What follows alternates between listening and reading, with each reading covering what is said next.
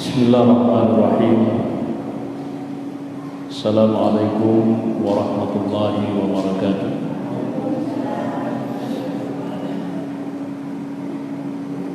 Alhamdulillahi wa kafa, wassalatu wassalamu ala nabiyil mustafa wa ala alihi wa sahabatihi al-mujaba. Tsumma ma ba'd. Alhamdulillah wa syukurillah, Bapak Ibu sekalian, para jamaah maghrib yang dimuliakan oleh Allah Subhanahu wa taala. Insyaallah pada malam yang berbahagia ini kembali kita melanjutkan bacaan kita, dan adapun materinya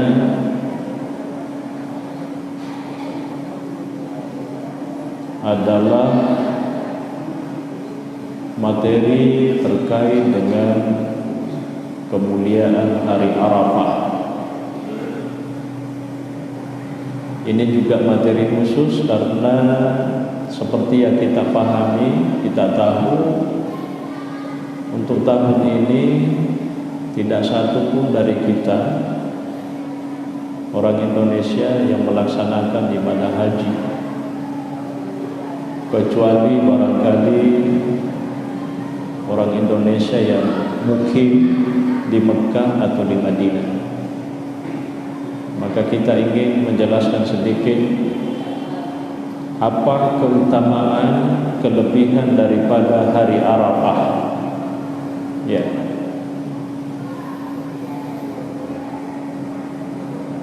Di dalam kitab yang kita baca ini, guru kita mengatakan Al-Majlis Al-Thani fi fadli Yawmi Arafah ma'idin nahri.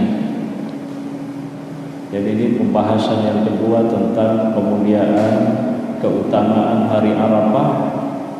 Begitu juga hari Idul Adha, yang kemudian biasa kita sebut dengan Idul Kurban. Ya. Tapi kalau dalam bahasa agama itu disebut Idul Nahri atau ya Idul Adha. Tidak ada Idul Kurban. Ya, kita versi Indonesia ya kurban. Ya. Fi sahihaini an Umar bin Khattab radhiyallahu anhu anna rajulan min al-yahudi qala lahu ya amiral mu'minin ayatun fi kitabikum law alayna ma'syar al-yahudi nazalat lattakhadna dhalika al-yawma 'ida.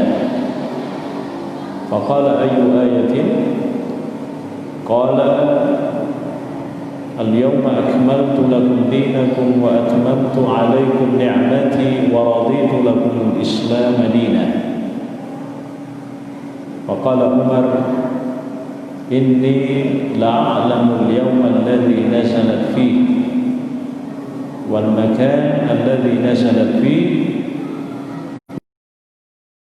wa Rasulullah sallallahu alaihi wasallam qa'imun bi Arafah yawma jumu'atin. Jadi guru kita mengawali penjelasan tentang keutamaan hari Arafah dengan satu hadis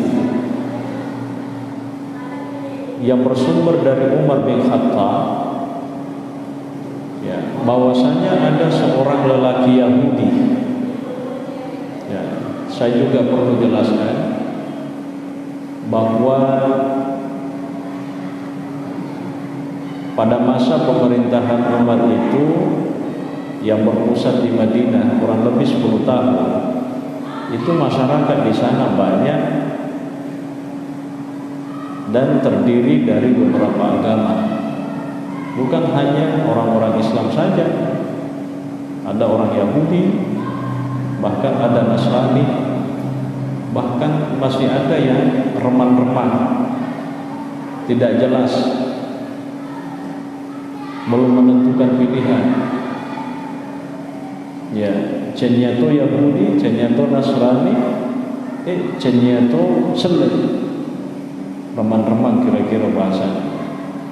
Ya, jadi ada seorang Yahudi itu datang kepada Umar bin Khattab. Ya, dia mengatakan kepada Umar, ada satu ayat, wahai Umar, yang diturunkan atau yang terdapat di dalam kitabmu yang dimaksud adalah Al-Quran. Seandainya saja katanya ayat itu turun kepada kami orang-orang Yahudi, maka pasti hari turunnya itu akan kami jadikan sebagai hari raya. Ya, Yeronasa Yahudi, seandainya Yero ayat turuni kepada kami orang-orang Yahudi, maka pasti hari di mana turunnya ayat itu akan kami jadikan sebagai hari raya. Itu kata orang Yahudi. Manakah yang dimaksud? Kata Umar. Ya, orang Yahudi itu mengatakan, Al-yawma akmaltu lakum dinakum wa atmamtu alaikum ni'mati wa raditu lakum Islam dinan. Jadi rupanya orang Yahudi ini juga hafal ini ayat. Apalagi jangan heran Bapak Ibu sekalian, jangankan ayat, banyak non-muslim di Arab itu yang hafal Quran. Ya, banyak non-muslim di Arab itu yang hafal Quran. Ya. Cuman masalahnya mereka hafal Quran tapi tidak mendapatkan hidayah Al-Quran itu. Ya, kata ulama, kenapa bisa dia hafal Quran lalu kemudian dia tidak Islam? Bukankah Al-Quran itu petunjuk? Nah, ada yang mengatakan karena yang dihafal itu hanya tulisannya, bacaannya, bukan Al-Quran yang dihafal dalam bentuk wahyu yang diturunkan oleh Allah kepada Nabi. Ya kan? Jadi lapalan bawa napala, bacaan dan napala bukan sebagai wahyu sehingga dia tidak mendapat hidayah dengan Al-Quran itu. Padahal Al-Quran itu kan Dzalikal kitabu la raiba fihi hudan lil muttaqin, ya kan?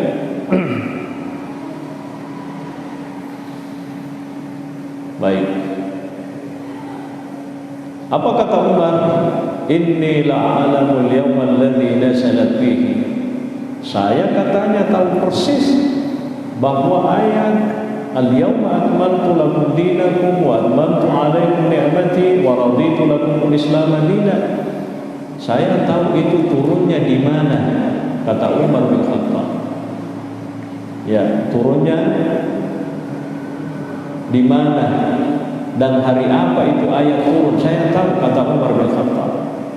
Wal makan alladhi nazalat fihi. Umar mengatakan nazalat wa Rasulullah qa'imun bi Arafah yawma jumu'atin.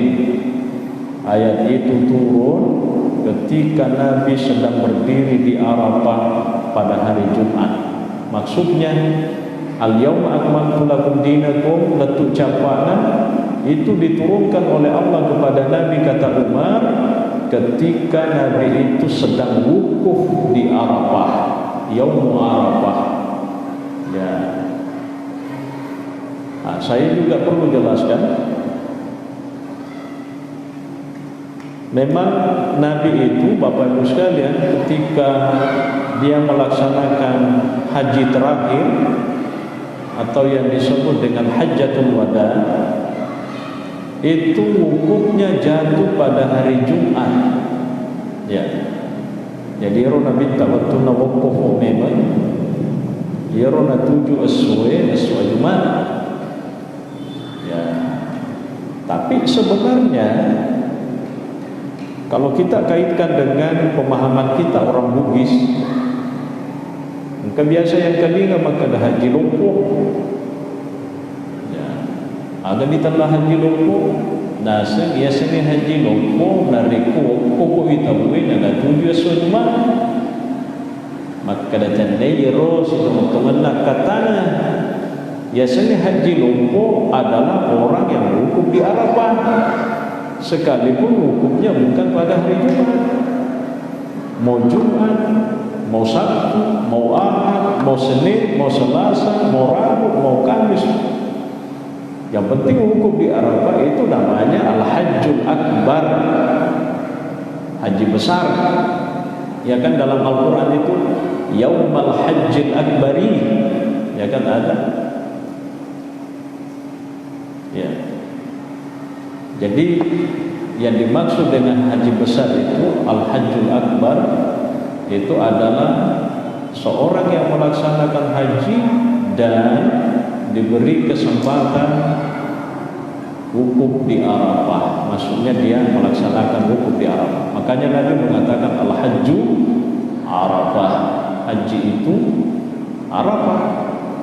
Jadi biar ada orang proses haji itu dia laksanakan manasiknya dari A, tapi kalau pada akhirnya dia tidak wukuf di Arafah, itu tidak haji. Kata pendekan nila asa dena sempat luka wukuf di Arafah enapal disu dena haji senang boleh di Mekah. Makanya pemerintah kita Indonesia itu kalau ada orang sakit keras ketika wukuf di Arafah itu bagaimana caranya supaya dia dibawa dengan mobil, ya kan? Ya, dibawa dengan mobil lalu kemudian dibawa ke Arafah sejenak. Yang penting boleh di Arafah di Pak Dwi di Cina berpagi sudah bebas ke rumah sakit itu sudah haji, alhamdulillah. Ya, yang penting dia sudah ke Arafah pada saat itu sekalipun dia di atas mobil dan hanya lewat-lewat di situ, lalu bawa ke sini. Nasabah yang mantaji inti, pak kode di pak kode dena haji. Ya, jadi cukup. Nah, kalau yang sehat, kan memang dia datang cepat, ya sampai bermalam di sana, lalu ya besoknya baru dia ke apa namanya ke Mina, ya atau malam itu dia ke Musdalifah dan langsung ke Mina menonton. Ya.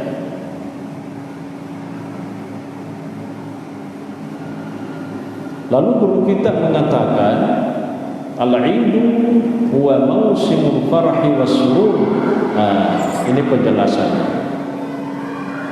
Id itu, hari raya itu, kata guru kita adalah musim farah.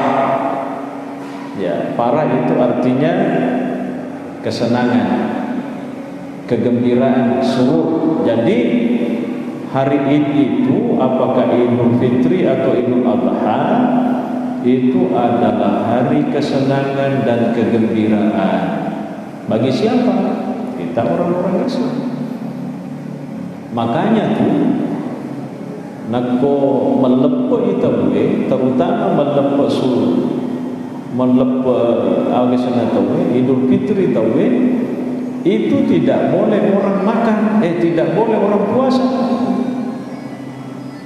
Haram hukumnya kalau kita itu sedang lebaran Idul Fitri puasa. Kenapa? Karena memang Idul Fitri itu adalah selain daripada hari kesenangan, kegembiraan, kata ulama yaumul akli wasyurbi, hari makan dan minum. Taruh galong nagamata ini nalengi kesempatan andre ko pokona haram ko na kumapuasa ko pa siapa tahu kata lewat mati dulu nah mutai malepelo to mapuasa padahal itu haram hukumnya. Kenapa?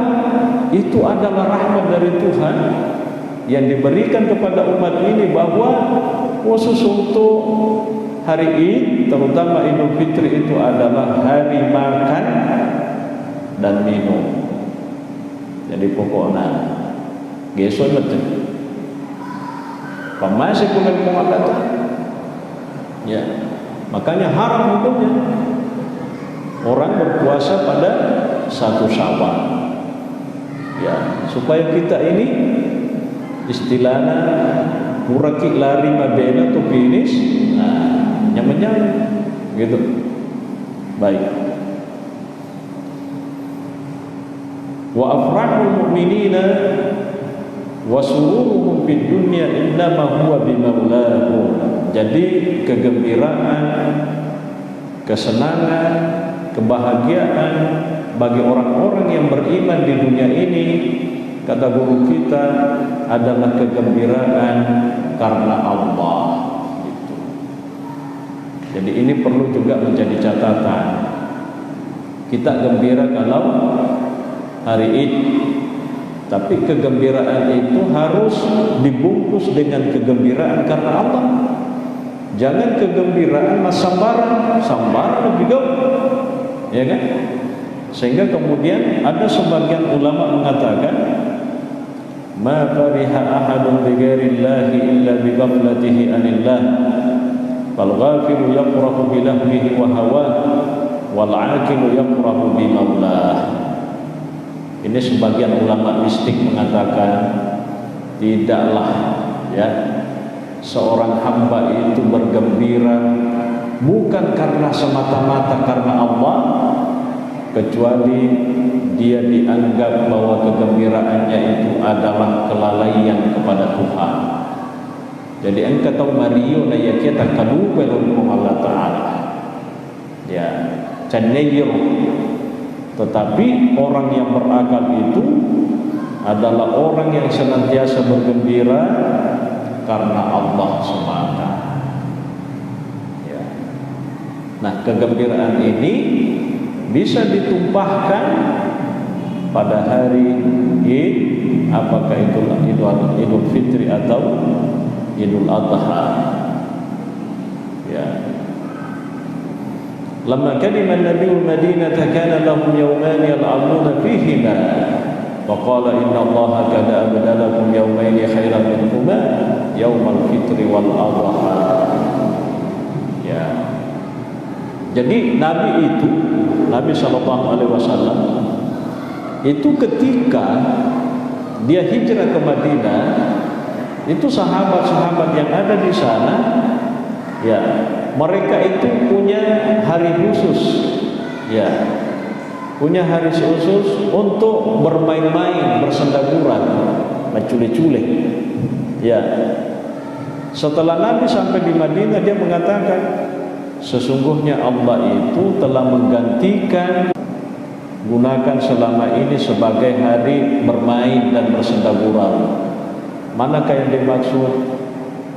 Yakni hari Idul Fitri dan Idul Adha. Ya.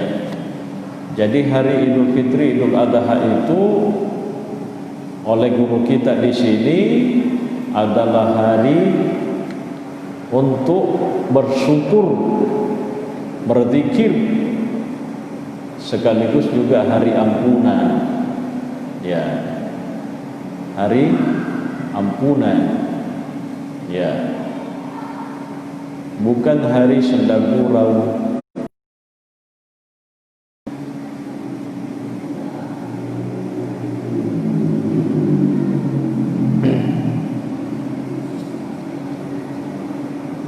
Lalu kemudian guru kita mengatakan di sini, fa fid dunya lil mu'minina thalathatu a'yad. Jadi khusus untuk orang-orang beriman katanya, dalam hidupnya di dunia ini itu memiliki 3 hari raya. Jadi kita orang-orang Islam ini dalam hidup ini memiliki 3 hari raya. Yang pertama, Idun yatakarraru kulla usbu'. Ada hari raya yang setiap minggu itu berulang-ulang. Jadi yang dimaksud adalah hari Jumat. Ya, jadi hari Jumat itu sebenarnya hari raya. Ya, bagi kita orang-orang Islam.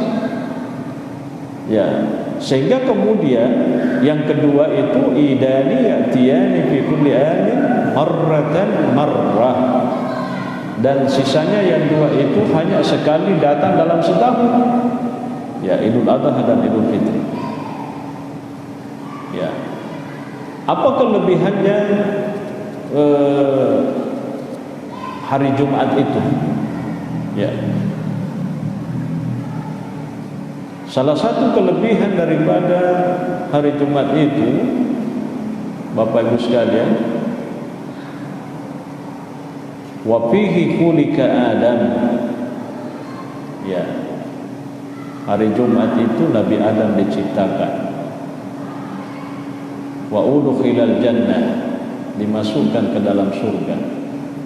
Ya, dan dikeluarkan dari surga. Wa ukhrija minha. Ya,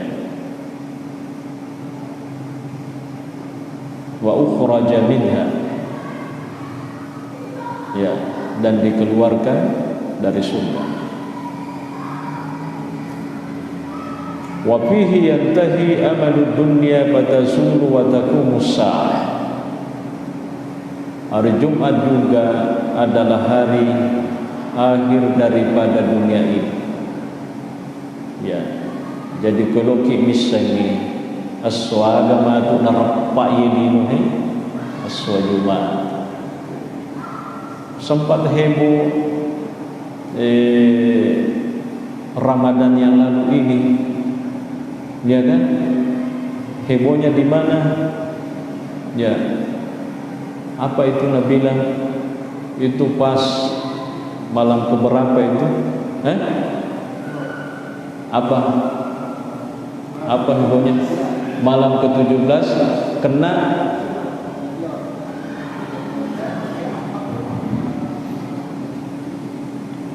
itu hadisnya mungkar.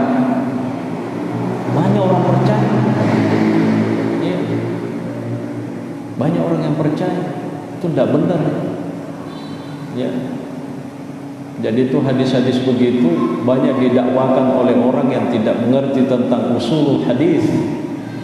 Ya, nemu malutung hadis saya naik ke Indonesia maka dah hadis mungkar ini, hadis palsu. Masih lemana tu dah taruh mati ni. Rabba ni matu ni ni. Ya kan? Alhamdulillah narapi matu pede toba. Jadi iru to si mata megai ceritanya tentang Rabba lino tentang Rabba lino. Si tungat-tungan na pitangnya lena maka datung madomo. Sebab lagi prediksinya begitu. Kapan ya bertepatan dengan malam begini akan ada kejadian ya begitu kan, meletus dunia. Ada itu banyak orang yang menelpon saya meluna serpa lino bakal Ka'bah maka damaga pi ada bisa maka dengkan asa maka den orang Pak Lino matu ya dan yang begitu itu jangan jadi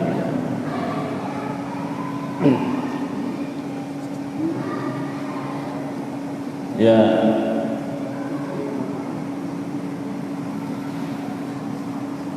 kelebihan daripada salat Jumat juga itu adalah ya itu tadi hari raya setiap minggu, sehingga karena itu tadi kita katakan hari raya itu adalah hari kegembiraan, hari kesenangan, hari makan, hari minum. Maka itulah juga hikmahnya kenapa ulama mengatakan tidak boleh orang berpuasa pada hari Jumat kalau ifrat, artinya puasa tungka ini tujuh naswa Jumai, ya itu dilarang. Sebagian ulama mengatakan hukumnya makruh. Ya, misalnya puasa tungka kira sholat Jumai bawah, ya itu dena wedi. Ya, tapi kalau misalnya digandeng dengan hari Sabtu tidak apa-apa, atau diambil sebelumnya Kamis tidak apa-apa. Tapi kalau khusus hari Jumat kita puasa itu ya kata ulama nuhiya ifradihi bisyam, dilarang. Kenapa? Karena itu tadi, hari Jumat itu disebut sebagai hari raya yang berulang setiap sepekan. Nah, hari raya itu kegembiraan, juga di samping sebagai hari makan dan minum. Kita garis pamasina pun Allah Ta'ala, ya, pamasina pun Allah Ta'ala untuk kita orang-orang Islam qaswa juma'i andreko. Seakan-akan maunya begitu kan, makan, minum, jangan ada yang puasa. Ya, tapi kalau dia apa namanya, Ramadan itu kan lain cerita. Sedikit lagi, wa fi syuhudil jumu'ati sibuhun minal haji. Jadi kata guru kita di sini Imam Ibnu Rajab mengatakan, orang yang menyaksikan hari Jumat itu dianggap seperti orang yang menghadiri haji. Ya, jadi masa rumah lebih memang tutup Jumat. Nah, tapi kalau dalam kondisi tertentu tidak. Ya, apalagi beberapa bulan sebelum ini kan hampir ya banyak masjid itu tidak ada salat Jumatnya, dan itu diganti dengan salat duhur sama. Ya, sama. Nah, cuman memang ada sebahagian kita itu terlalu apa, dia ceramah, wah, Napa suyir hadisana Nabi tamakadani gani gatau dena lokama juma ekatelu, wah, maka dah makwe mantrasa. Ya, dia ke-10 kak kapak 2 juma dena kolokah. Ya, konsekuensinya karena kita yang mengeluarkan imbauan di MUI yang pasang untuk boleh, tapi salat duhur alhamdulillah pada maknanya makna agama yang makna, ya kan? Karena itu ada uzurnya, ya. Tapi syukur alhamdulillah ada juga yang tetap salat Jumat, dan alhamdulillah itu gak ada masalah. Artinya itu yang kita syukuri. Tapi yang perlu kita tekankan itu, kalau orang tidak salat Jumat karena sesuatu dangaikan, boleh diganti dengan salat zuhur, dan itu sama, ya, menggugurkan kewajiban gitu. Ya, agamanya petuanda ada solusi selalu diberikan. Ya.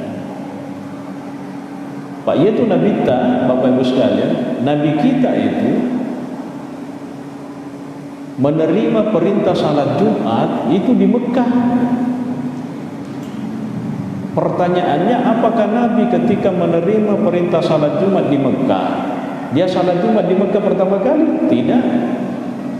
Nanti Nabi itu salat Jumat pertama kali ketika sudah hijrah ke Madinah. Tegarer. Padahal itu kan perintah itu, kalau ulama itu ada mengatakan al-amru lil fauri amit tarahi. Apakah itu perintah harus segera dilakukan atau ada tenggak waktunya? Jadi Nabi itu menerima perintah salat Jumat di Mekah, tapi nanti ternyata beliau itu melaksanakan salat Jumat ketika sudah hijrah ke Madinah. Berarti egana Rasul pajan tetang. Kenapa? Apa hikmahnya atau apa sebabnya sehingga Nabi itu tidak salat Jumat di Mekah, padahal perintah salat Jumat itu diterima di Mekah?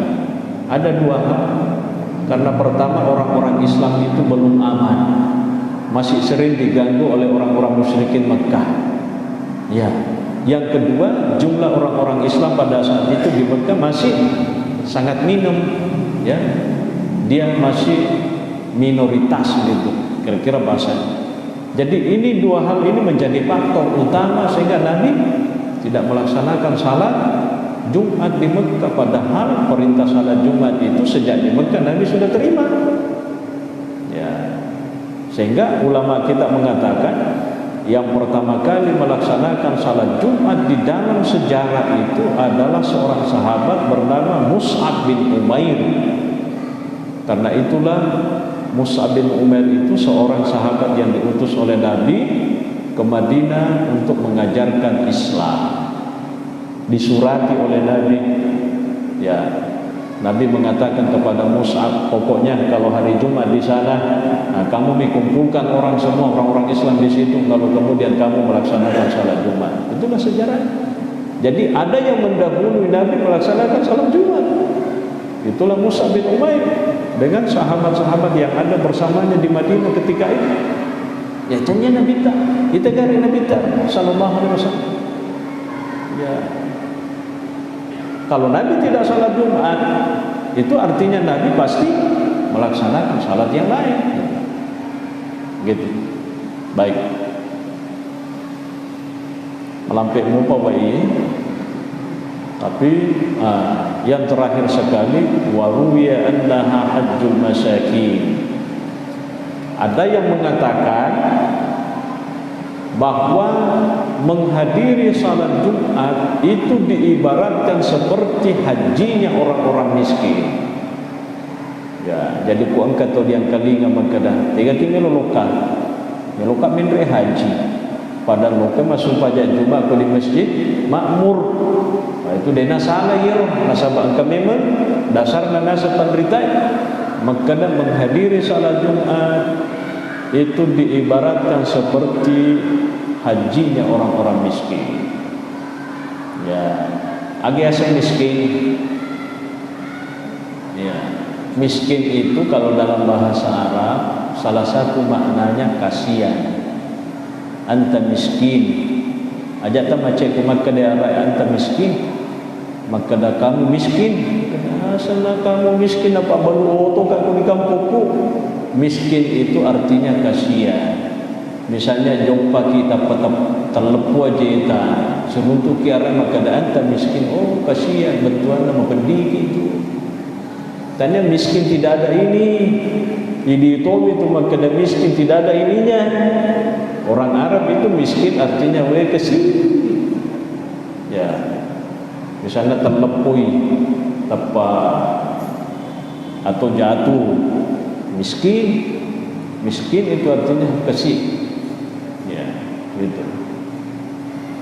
Allahu a'lamu bissawab. Ya, kita ada waktu ya beberapa menit ke depan bisa kita gunakan untuk salam. Yang saya mau tanyakan kebetulan hari Idul Adha ini adalah hari Jumat. Ada juga pernah saya dengar tidak ada khutbah di dua khutbah di hari Jumat. Terus pernah juga saya lihat teman-teman tidak melaksanakan salat Jumat karena sudah buka jadi dia tidur. Bagaimana seandainya pada saat kita panitia kurban masih bekerja mengelola sapi, tetapi Jumat belum selesai, apakah bisa diganti sama dulu? Ya. Apakah dia berhentikan dulu lanjut ke rumah? Ya. Mengaji. Ya. Jadi ini pertanyaan menarik. Jadi kalau misalnya hari Id itu kebetulan hari Jumat, ya kita salat Idul Fitri kah atau Idul Adha kah, ya kan? Nah, itu memang diperselisihkan oleh para ulama fikih. Intinya ada yang mengatakan bahwa kalau kebetulan Idnya itu pada hari Jumat, maka keguguran wajibnya salat Jumat itu ditiadakan. Jadi maksudnya itu hanya dianjurkan saja gitu. Jadi kalau kita tidak pergi salat Jumat itu tidak dosa gitu. Ya, tidak apa-apa. Tapi kalau kita mau salat Jumat juga tidak ada masalah gitu. Paham? Apa? Jadi mayoritas ulama itu mengatakan kalau salat Id itu tepat jatuh pada hari Jumat, maka hukum wajib Jumatnya itu gugur. Ya, maksudnya orang yang kena Jumatan kalau pada biasanya berdosa kalau tidak pergi salat Jumat kan? Nah, kalau kebetulan ngeroswe melepoi tawe, dia nama dosa kalau dia luka Jumat. Itu. Nah, pertanyaannya apakah diganti dengan duhur? Jelas diganti dengan duhur. Iya, diganti dengan duhur. Kalau tidak pergi salat Jumat. Pak, selesai. Ya. Memang ada juga pendapat mengatakan tidak, tapi mayoritas mengatakan itu hukumnya hanya boleh saja. Dalam arti kalau dia misalnya ada di rumahnya di sebelah sesuai Jumat dia naloka Jumat, dia itu nabusi, dia itu nama lasa, dia nama dosa. Karena sebelumnya kan itu Id. Ya. Jelas. Terima kasih.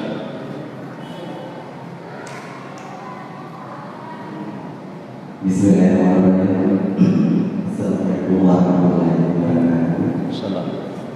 Terima kasih atas pertanyaan kepada saya.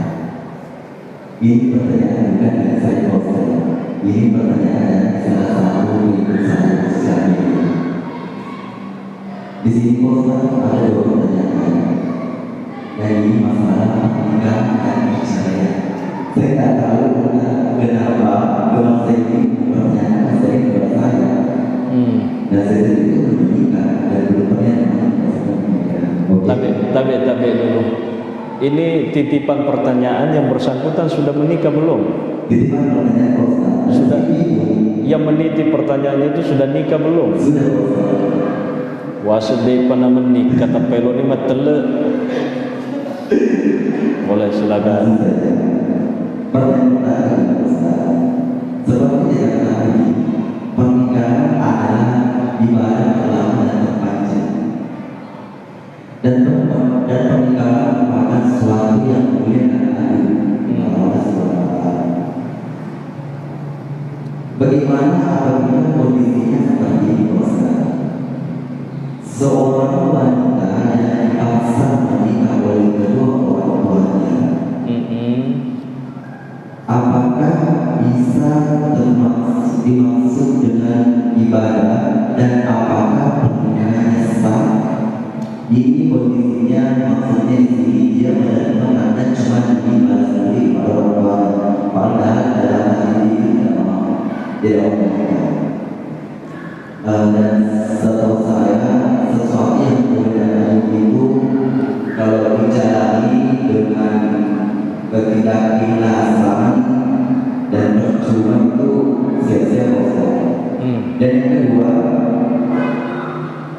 pertanyaan kedua seperti ini, apakah dibolehkan jika wanita yang telah dijatuhkan talak 3 menikah dengan niat agar bisa kembali lagi kepada suami pertamanya dengan cara meminta agar diceraikan oleh suami barunya?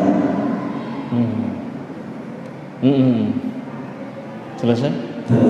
Ya. Bagus pertanyaannya ini. Jadi ya, saya mulai dari pertanyaan yang kedua ya. Ya.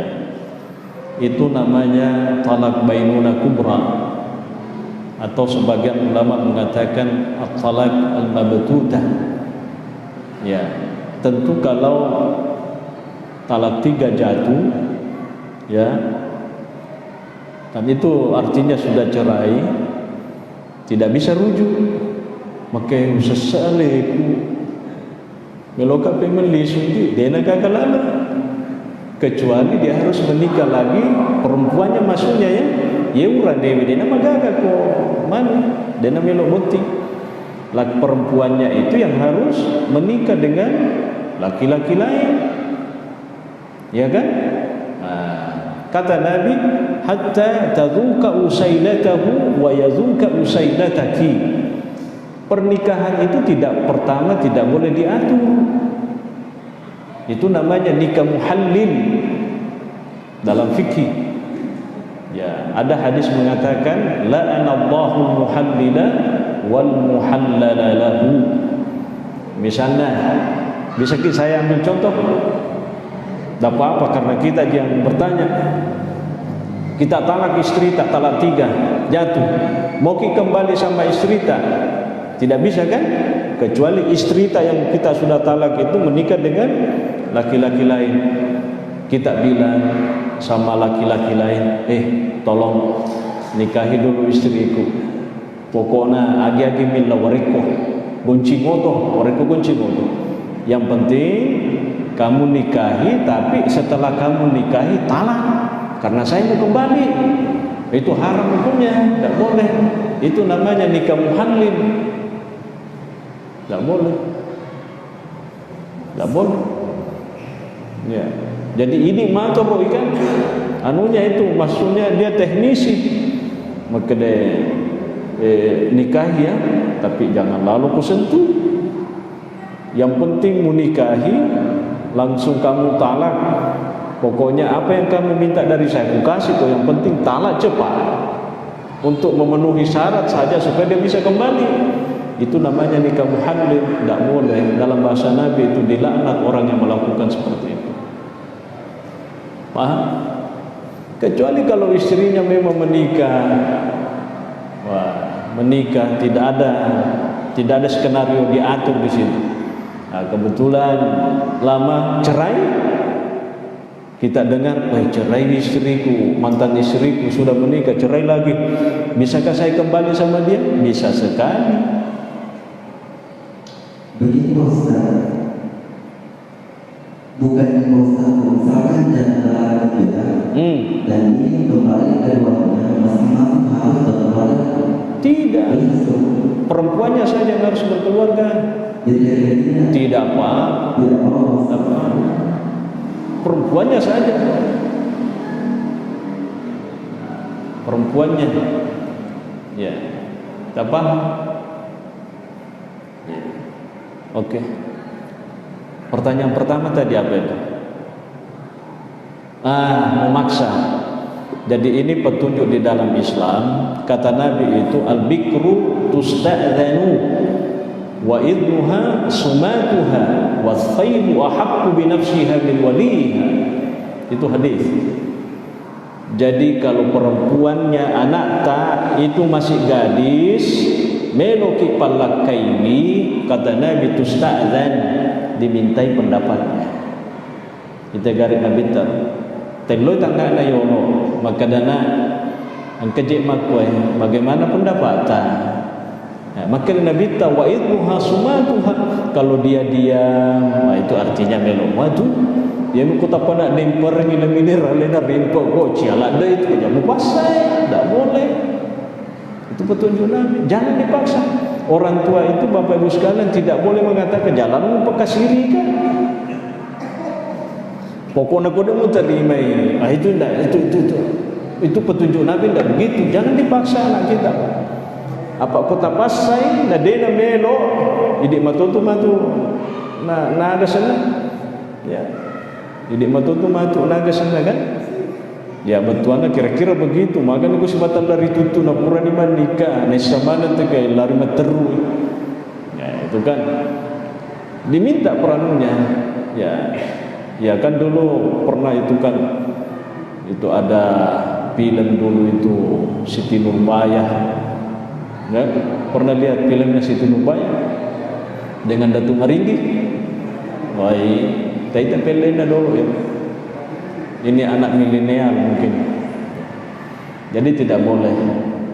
Jadi seorang orang tua tentukan yang mau dilihat adalah anaknya itu berkeluarga dan bisa istilahnya keluarganya itu ya berkelanjutan, gitu kan? Makanya Nabi itu ketika seorang sahabat itu mau menikah, nah podangi Nabi tamakada, ya Rasulullah, saya ingin menikahi seorang perempuan. Apa kata Nabi? Apakah kamu sudah lihat perempuannya? Bilang belum. Bilangin Nabi, tak, kembali aku dulu, coba pergi kau lihat baik-baik itu perempuan. Ya. Nah, irji wanzur ilaiha fa innahu ahra an yu'dama bainakuma bisukuna samitai nasabakum witai nanalamu akalamu, itu yang bisa melenggangkan nanti. Ya, jangan sampai kamu langsung menikah tanpa menyesal kok. Bagaimana? Ya kan? Jelas? Wasaibu ahaqquha bi nafsiha min waliyah, ahqqu bi nafsiha min waliyah. Tapi kalau dia janda, dia lebih berhak menikahkan dirinya, kata Nabi. Tapi kalau dia gadis, kalau saya tidak boleh dipaksa, dimintai persetujuannya gitu. Nah sabak iya rukuman nikah tahu dia nak makan dah seminggu baru 2 minggu si tahu 2 tahun kurang lepas tapi cerai bye-bye. Ini bukan nikah mut'ah. Makanya kita orang Sunni nikah mut'ah, nikah kontrak itu haram hukumnya. Nia Pak Yari di kuman nikah kilo ki menenungan, ya paling ada ku yule menenungan ya, karena digokan solusinya adalah talak, gitu kan? Ya, saya kira itu penjelasan. Makasih.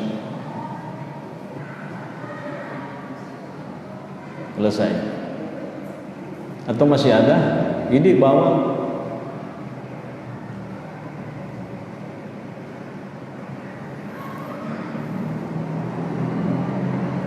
Terima kasih.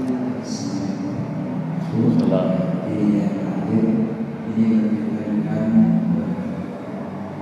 sholat Jumat. Kemudian kita ini sudah masuk di zona aman. Zona kuning. Masih kuning itu belum aman. Seperti kemarin kita melaksanakan sholat Jumat. Yes.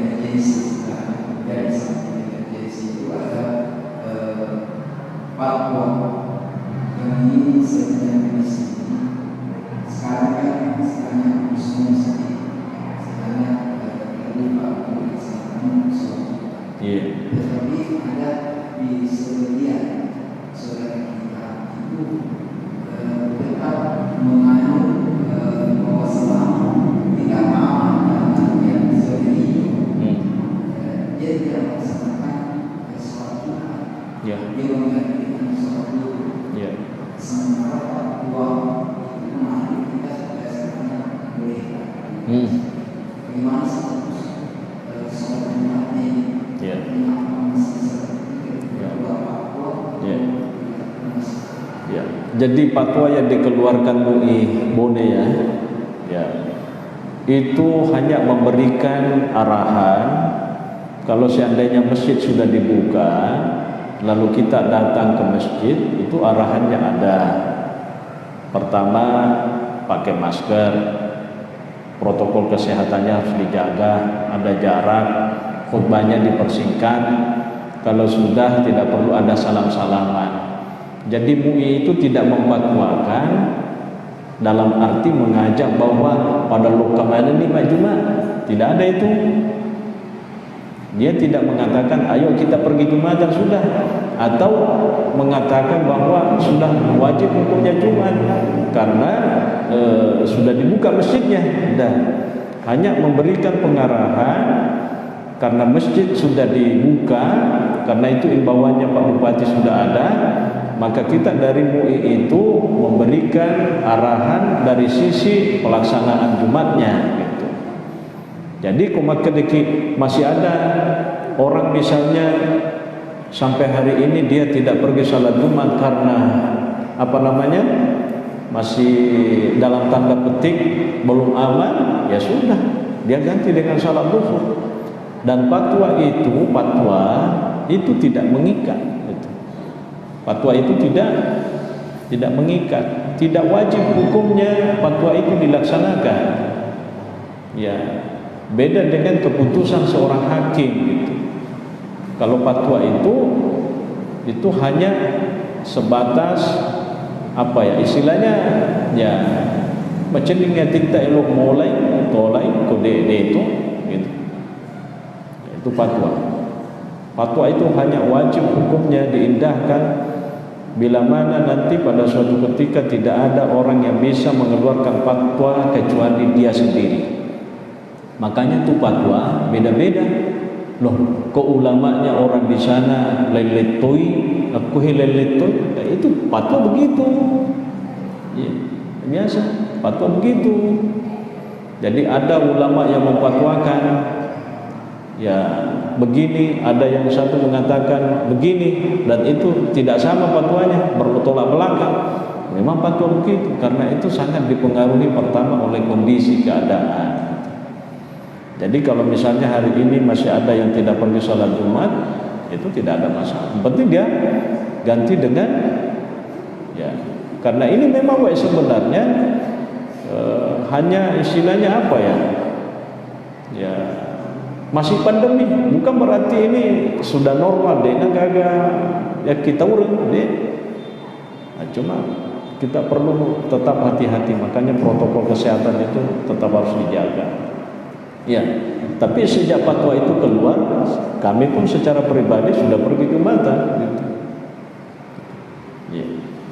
Tapi kalau ada orang tidak pergi salat Jumat, ya itu artinya dia harus ganti dengan kalau pertimbangannya itu tadi, karena darul mafasid muqaddamun ala jalbil masalih.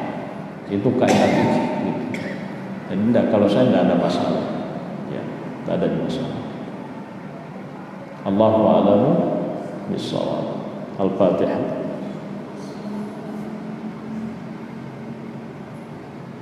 Alhamdulillah. Assalamualaikum warahmatullahi wabarakatuh.